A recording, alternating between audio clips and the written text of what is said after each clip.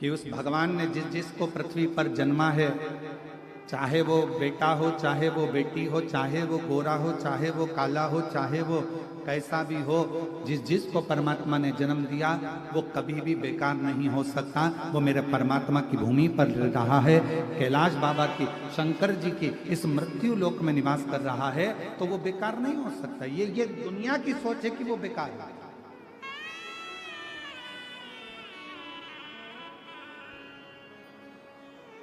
विमूषा जहां से निकलता सब हट जाते हैं, कोई उसको देखता नहीं। लोगों को लगता है इसका मुख देखेंगे दिन बेकार चले जाएगा, इसका मुख का दर्शन करेंगे दिन बेकार चले जाएगा, सोचते।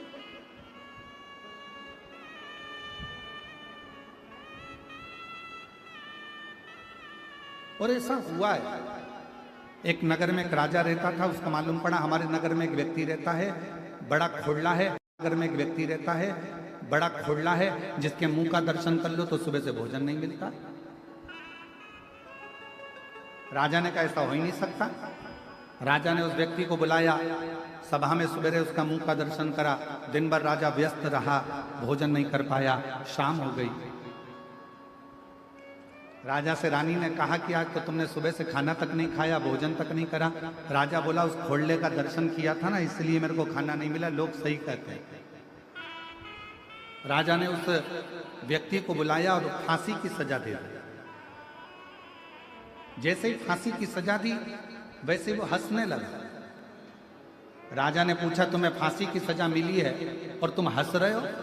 राजा ने जैसे ही पूछा तो उस व्यक्ति ने कहा महाराज तुम मुझे फांसी की सजा इसलिए दे रहे हो क्योंकि मेरा सुबह से मुंह देखा तो तुम्हें भोजन नहीं मिला। तुम कहते हो कि मैं खोड़ला हूं, पर सत्य मायने में तो राजा तेरे से बड़ा कोई खोड़ला नहीं होगा कि तेरा सुबह से मुंह देखा तो मुझे आज फांसी की सजा मिल रही है। मुझे आज फांसी की सजा मिल रही है, ये तेरे ऊपर निर्भर करता है, हमारी बुद्धि पर निर्भर करता है, हम किसको क्या कह रहे हैं, हम किसमें क्या देख रहे हैं। विमूषा शिवजी का भक्त था, पर बच्चे उसके पास नहीं जाते, स्त्रियां उसका मुंह नहीं देखती, गांव के लोग उसको नहीं देखते। जिस मार्ग से विमूषा निकल कर जाता उस मार्ग को लोग खाली कर देते, फिर भी विमूषा आनंद में रहते। हम तो बाबा के भरोसे चलते हैं, हम तो बाबा के भरोसे चलते हैं। ये दुनिया वाले जलते हैं, ये दुनिया वाले जलते हैं, डमरू वाले चलते हैं, काशी वाले के भरोसे चलते हैं, ओ गणदानी के भरोसे चलते हैं। विमूषा जिस मार्ग से निकलता लोग रास्ता छोड़ देते, मुख नहीं देखते, गांव के लोग बड़ा आश्चर्य करते, विमूषा की ओर कोई जाता नहीं।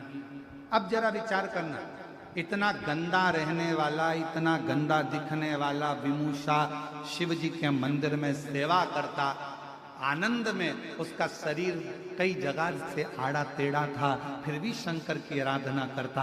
और एक दिन ऐसा आया कि मेरे देव अधिदेव महादेव प्रसन्न होकर उसके सामने खड़े हो गए। खड़े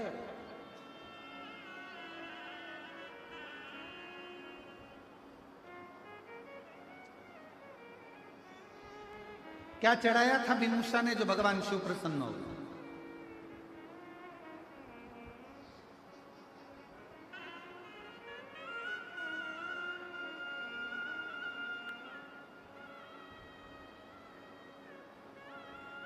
अरहर की पत्तियां।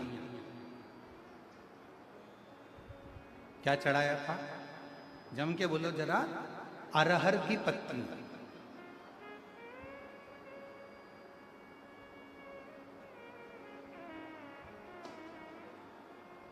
कई लोग उसको तुअर कहते हैं, कोई अरहर कहते हैं, कोई कुछ कहते हैं, उसकी पत्तियां।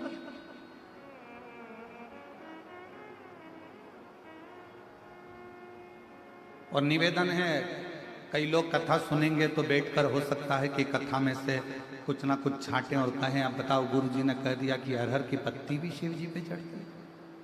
तो हमारा निवेदन है, पहले एक बार शिव महापुराण को जरूर पढ़ना। पृष्ठ संख्या गीता प्रेस गोरखपुर की शिव पुराण का 123वें नंबर का प्रश्न निकालना और उसमें पढ़ना। विदुषा की कथा कि अरहर की पत्ती का कितना महत्व है। कुछ नहीं मिला उसको, विदुषा को कुछ भी प्राप्त नहीं हुआ। अरहर की पत्तियों को तोड़कर भगवान शंकर का श्रृंगार कर रहा है, शिव का श्रृंगार। और कितना भोला है मेरा शंकर। ए मेरी जीजियों, तुम्हारे पास चढ़ाने के लिए बेलपत्र नहीं है, आग का पुष्प नहीं है, धतूरा नहीं है, तुम्हारे पास कनेर का फूल नहीं है, तुम्हारे पास जल नहीं है, तुम्हारे पास कोई वस्तु नहीं है, तो शिव महापुराण की कथा कहती है मंदिर जाते समय रास्ते में कोई पौधा, कोई पेड़ मिल जाए तो उसकी भी पत्ती तोड़कर तुम शंकर जी को चढ़ाओगे तो भी शिव प्रसन्न हो जाता है, मेरा औघड़दानी प्रसन्न हो जाता है। मेरे शंकर भगवान को प्रसन्न करना बहुत सरल है। भगवान शंकर को प्रसन्न करने के लिए कोई कह रहा है धतूरा जरूर होना चाहिए, ये फूल जरूर होना चाहिए, बेलपत्र जरूर होना चाहिए। और कई लोग सुबह सुबह प्रदोष के आप गूगल सर्च करोगे तो ऊपर लिखा हुआ जाता है ये मत चढ़ा देना, शंकर जी रुष्ट हो जाएंगे। शिव महापुराण की कथा तो ये तो जान दो, वो खुद ही चढ़ गया। शंकर जी रुष्ट हुए क्या? जम के बोलो जरा। चोर खुद चोरी करने गया, शिव जी के ऊपर चढ़ गया, शंकर भगवान प्रसन्न होकर उसको वर प्रदान कर दिए और उस चोर को कुबेर बना दिया। जरा विचार करिए, लोग कहते हैं ये मत चढ़ा देना, शिव जी नाराज हो जाएंगे, ये मत चढ़ा, शंकर जी की पूजन में ये भूल मत कर देना। सुबह से गूगल आकर मोबाइल खोलते से ऊपर ही लाइन लिखी हो जाती है, ये मत करना, आज प्रदोष का दिन है, शिवरात्रि का दिन है, सोमवार का दिन है, सावन का महीना है, ये करोगे तो भगवान रुष्ट हो जाएंगे। मेरा शंकर भगवान कभी रुष्ट नहीं होता। अपनी औलाद से माँ बाप कभी बहुत देर तक रूठे नहीं रहते, वो तो गले लगा लेते हैं, स्नेह करते हैं, आनंद करते हैं।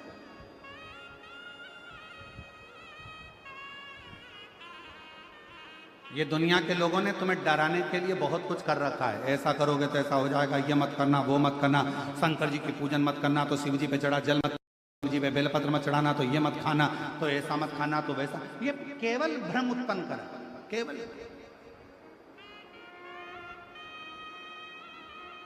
विदुषा क्या चढ़ा रहा है? अरहर की पत्ती,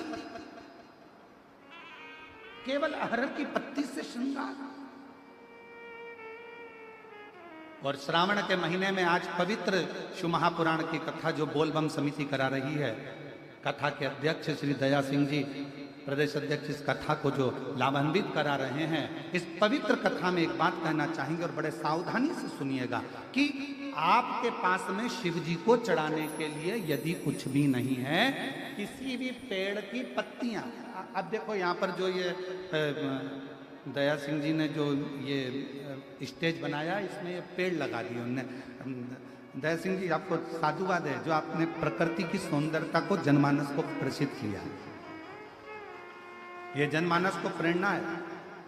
जब स्टेज पे पेड़ लग सकता है तो आप भी अपने अपने नगर में पेड़ जरूर लगा, वृक्षारोपण जरूर करिए, ये प्रेरणा दी जा रही है। साधु था आपको बहुत बहुत धन्यवाद। किसी वृक्ष की पत्ती को तोड़ा, शिव जी को समर्पित।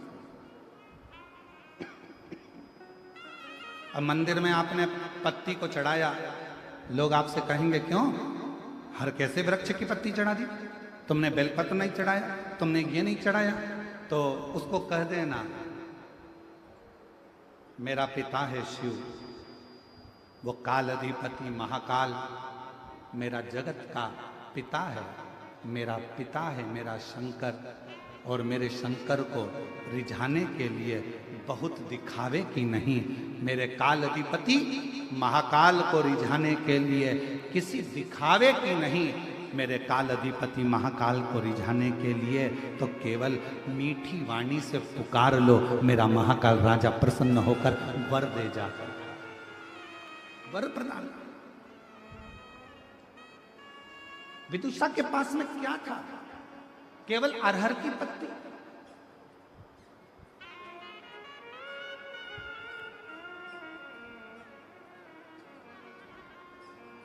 एक बेल पत्र में लाया, चरणों में तेरे अर्पण के लिए। एक बेल पत्र में लाया हो, चरणों में तेरे अर्पण के लिए। बड़ी दूर से चल कर आया हूँ, बड़ी दूर से चल कर आया हूँ मेरे बाबा तेरे दर्शन के लिए, मेरे भोले तेरे दर्शन के लिए। एक बेल पत्र में लाया हूँ, एक बेल पत्र में लाया हूँ, चरणों में तेरे अर्पण के लिए। एक बेल पत्र में लाया हूँ, चरणों में तेरे अर्पण के लिए। एक बेलपत्र से मेरा शिव प्रसन्न हो जाता है, एक साधारण सी दुर्वा से मेरा शिव प्रसन्न हो जाता है, मेरा शंकर प्रसन्न हो जाता है।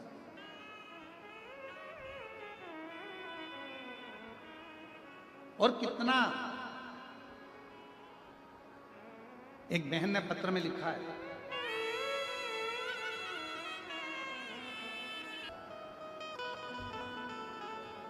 और लुटा दिया भंडार काशी वाले ने, कर दिया माला माल काशी वाले। जो जैसी भावना लाया वो वैसा ही फल पाया। जो जैसी भावना लाया वो ऐसा ही फल पाया। नहीं खाली उसे लौटाया वो मन ही मन हर्षाया। और कर दिया माला माल काशी वाले ने, लुटा दिया भंडार काशी वाले ने। लुटा दिया भंडार काशी वाले ने, कर दिया माला माल काशी वाले।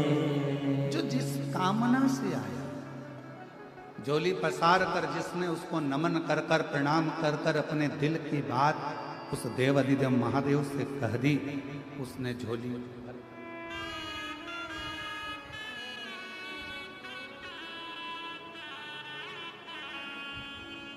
जो जैसी भावना लाया वो वैसा ही फल पाया। एक बार जोरदार ताली बजाकर। जो जैसी भावना लाया वो वैसा ही फल पाया। नहीं खाली उसे लौटाया वो मन ही मन हर्षाया। कर दिया फिर खुशहाल काशी वाले ने, लुटा दिया भंडार काशी वाले ने। लुटा दिया भंडार काशी वाले ने, कर दिया माला माल काशी वाले ने। एक का नाम शिव, दूसरे का नाम शंभु। एक बार जोरदार ताली बजाइए बाबा की। शिव तत्व। लोग कहते हैं सीहोर की कावड़ इतनी प्रसिद्ध क्यों है? जेंट्स पुरुष लड़के कावड़ लेकर जाते हैं और सीहोर की कावड़ महिलाएं लेकर जाती हैं। क्यों? कई माताएं अपनी झोली पसार कर धान गोदी में डालकर, जिनके यहाँ 15-15, 20-20 साल तक औलाद नहीं होती, वो भी कमर में खोस कर 2 दाने चावल के रखकर कंधे पर कावड़ लेकर प्रदोष के दिन कावड़ भरने के लिए चलती हैं और पति के साथ कदम से कदम मिलाकर आनंद के साथ दोनों चलते चलते बाबा को कावड़ चढ़ाते हैं और बाद में वही चावल का दाना कुबरेश्वर बाबा पर देते हैं। मेरा बाबा उसकी झोली भर देता है। संतान दे संतान। इतना महत्व कुबरेश्वर बाबा की कावड़ का है, इतना।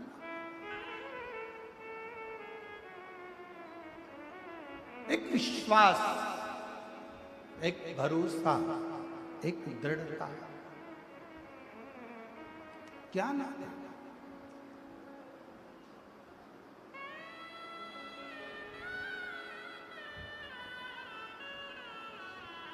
आप उससे संबंध, विदुषा,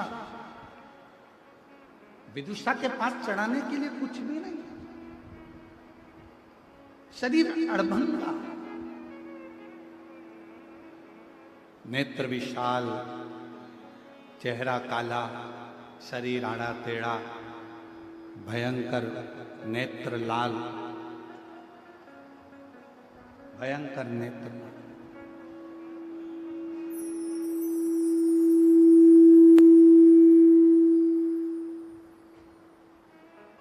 उसके पास देने के लिए कुछ नहीं, बस अरहर की पत्ती को तोड़ कर लिया और अरहर की पत्ती को तोड़ कर लाया, अरहर की पत्ती को तोड़ कर लेकर आया।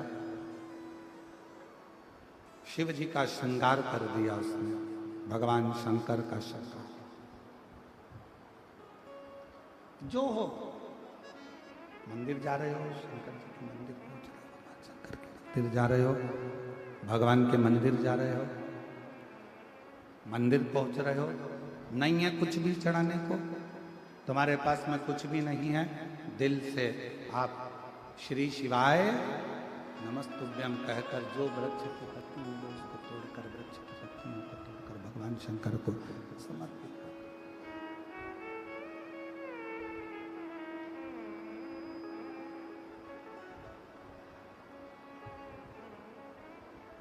वृक्ष की पत्तियों अच्छा चल रहा था तो उसको गड़बड़ कर दिया था। वृक्ष की पत्तियों को तोड़कर भगवान शिव को समर्पित कर पत्ती। और शंभु शरण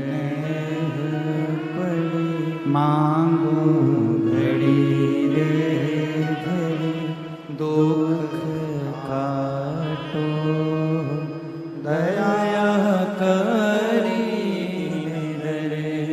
दर्शन आपो। हो शंभु शरणे पड़ी मांगू घड़ी रे घड़ी दुख काटो दया करी दर्शन आपो।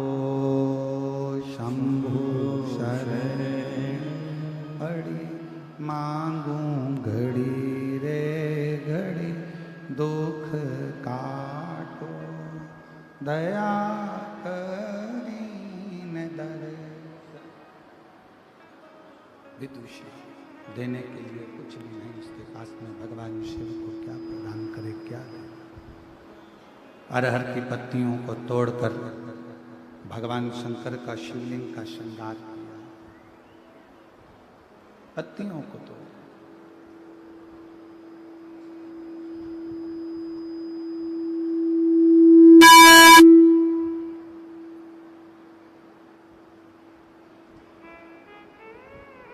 क्या दें भगवान शिव को, क्या प्रदान करें भगवान शंकर को, क्या दें, क्या प्रदान करें,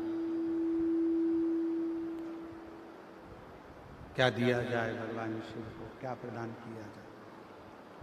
शिव पुराण कहती है जो दिल से दे दोगे, जो दिल से प्रदान कर दोगे, जो भी मन से भगवान शिव को आप दोगे, भगवान उसको स्वीकार कर लेगा। जो भी आप दिल से भगवान शिव को दोगे, शिव उसको स्वीकार कर लेगा। शिव स्वीकार कर।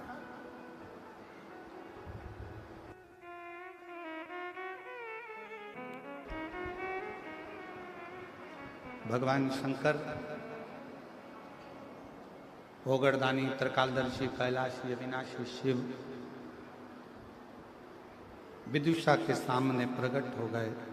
विदुषा की साक्षी में प्रकट हो गए, उनके सामने सब ये सब बंद हो गए जितने लगे थे।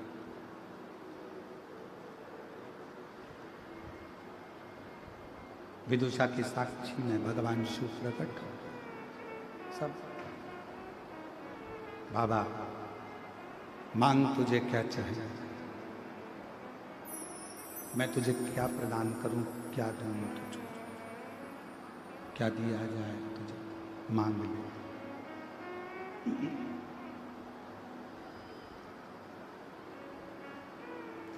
मैं तुझे क्या दूं। विदुषा ने देखा भगवान शिव को, भगवान शंकर को, केवल शिव के स्वरूप को देख रहा है, केवल भगवान शंकर के स्वरूप को निहार रहा, स्तुप्त खड़ा है और भगवान शंकर का स्वरूप देख रहा है। केवल भगवान शिव का स्वरूप निहार रहा है, देख रहा है, कुछ बोल नहीं रहा, उसके मुख से कोई शब्द नहीं निकल रहा, कुछ बोल नहीं